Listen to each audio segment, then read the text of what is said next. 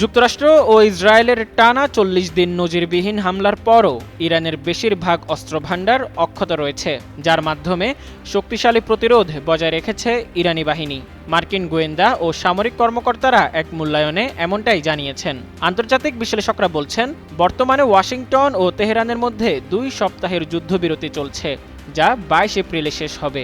স্থায়ীভাবে যুদ্ধের অবসানে আলোচনা চলছে, তবু নতুন করে আবারও সংঘাত শুরু হতে পারে বলেও আশঙ্কা করছেন তারা। এরই মধ্যে গত শনিবার মার্কিন সংবাদ মাধ্যম নিউ ইয়র্ক টাইমসের প্রতিবেদনে মার্কিন গোয়েন্দা ও সামরিক কর্মকর্তারা জানিয়েছেন, ইরান এখনও যুদ্ধের আগের ড্রোন অস্ত্র ভাণ্ডারের প্রায় ৪০% এবং লঞ্চার উৎক্ষেপণ যন্ত্র ৬০% বেশি অক্ষত রাখতে সক্ষম হয়েছে। কর্মকর্তারা জানান, গত ৮ এপ্রিল থেকে শুরু হওয়া ২ সপ্তাহের যুদ্ধবিরতির পর থেকে ১০০টিরও বেশি লঞ্চার উৎক্ষেপণ করা হয়েছে, যেগুলো গুহা ও বাংকারে লুকানো ছিল।